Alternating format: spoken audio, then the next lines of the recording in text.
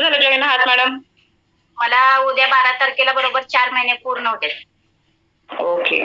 तुम्ही ह्या फॅमिलीच्या येण्याआधी आणि आल्यानंतर किती फरक पडला आहे व काय काय चेंजेस झाले आहेत? चेंजेस भरपूर झालेत. दवाखान्यात जायचं पूर्ण बंद झालेलं आहे. दवाखान्यात आता मी जात नाही 4 महिने झाले.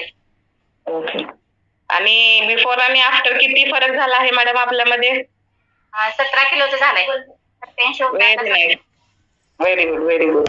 आणि आधी तुम्हाला काय त्रास होता आणि आता काय तो त्रास कमी झालाय?